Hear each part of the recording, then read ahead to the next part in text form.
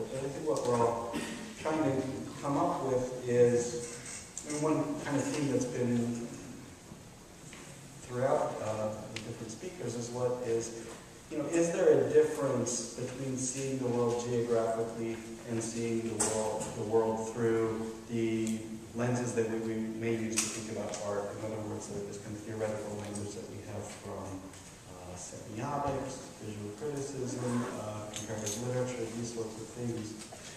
And I thought it might be helpful to just explain a little bit about what kind of geography is. What is this way of thinking? Geography is kind of like art in the sense that nobody really knows what it is. And that's actually really, really fun. That's one thing that's really nice about it, is that it's wide open in terms of the kinds of things that people study. In a typical geography department, you'll find everything from scientists working in laboratories with ice cores trying to reconstruct climatic processes from 15,000 years ago, to weird, obsessive-compulsive people running around the desert trying to map secret military installations. However, I think underlying all of these ways of doing geography is something about the kind of dialectical relationships that we have to the surface of the Earth. In other words, in a very broad sense, I think that geography is about the ways in which humans sculpt the surface of the Earth and are in turn sculpted by it. And critical human geographers talk about what they call the production of space. And that term's been thrown around a couple of times today. I want to unpack it a little bit for people who haven't read Lefebvre or this or that. So basically you have so you think about human geography is about understanding the production of space. And so we have these two key words, production on one hand and space on the other. When we're talking about production, we use the word in a way that's a little bit different than the colloquial usage of it. I think in everyday life, we think about production, you think about people making widgets in factories or something like that. And it's also that, but I think we mean it in much more of a philosophical sense, in the sense that production is the interface between humans and the surface of the Earth. Production is the ways in which we sculpt the surface of the Earth, whether that's growing corn, or building cities, or making art, or developing ideas, affects, and memories. So we produce the world around us, and through production, we also produce ourselves. So that's kind of generally the kind of thing that we mean by production. What do we mean by space? I think in space, we think about as kind of an array of dialectical and dynamic processes. Space is at once an assemblage of brute facts, lived experiences, culture and forms of meaning, and our own conceptions and imaginations of space. And all of these aspects of space are inextricably kind of intertwined with one another. So space is a process. Me and Nato, we can go back and forth a little bit, but editing a text that he's writing, he's always talking about things happening in space. And no, scratch that out. Things don't happen in space. Things are space. Things produce space. So then, what is this idea of experimental geography? What does that mean?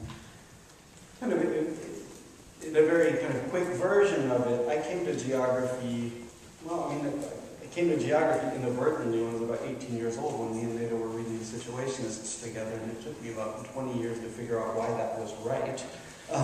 But basically, when I was in art school, you kind of learn the kind of greatest hits of art theory. People like Saussure, Derrida, and you learn this way of thinking about the world that's very textual. Right? Everything's a text, everything is a sign, everything is a representation, and a lot of the problems that are posed within that tradition have to do with, well, do things really mean what they say they mean? What are the kind of politics of representation and that sort of thing? And I think that's all well and good, but it seemed to me that implicit to that kind of what we might call this semiotic tradition was really a kind of reification of images, of language, and that there was a lot that couldn't account for. You couldn't really use that language to talk about everyday life. You couldn't use it to talk about spaces of culture, infrastructures of culture, economies, and it seemed to be a language that was almost kind of outside of space and time itself. And so it was very unsatisfying to me in that sense. And so I started reading from a lot of other fields quite widely and came across geography, because it seemed to me that with geography, you could take all these questions about representation and about textuality, but you put them into an overall picture there where they were one problem among many. You couldn't talk about them really in isolation from things like economics, politics, materiality. And when you put these kind of textual questions against these other factors, a lot of these kind of problems of post-structuralism actually turned out not to be problems at all.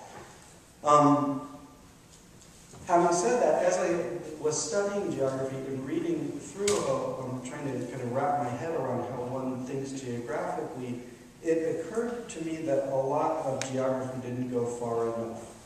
In other words, that geography, to me it seemed, wasn't just a set of analytic tools, but implicit in this way of thinking was also a set of normative prescriptions. In other words, that if you really took geography seriously, then you had to not only think about the world in terms of the production of space, but you had to think about what you were doing in the world also in terms of the space. And it seemed to me that if you really took this seriously, you also had to embody the production of space in your own practice. And what that meant for me was kind of coming back to these old questions about form and content. What are the politics of what we're doing? How do we do the things that we're doing? And that was something that I didn't actually see a lot of geographers being particularly self-reflexive about that.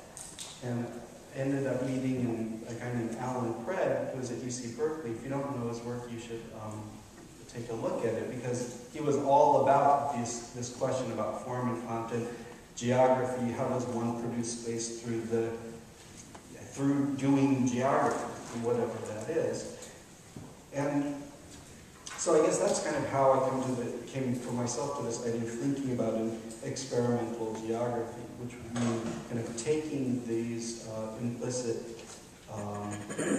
prescriptions seriously and trying to understand and produce in accordance with an understanding of the production of space, to bring a kind of geographic understanding to the relationship between form, content, and space in one's own work. And I want to reiterate the fact that, if we are serious about finding more liberatory forms of politics, or greater kinds of freedoms, or creating better futures in general, those goals can only happen, in relation to the production of new spaces.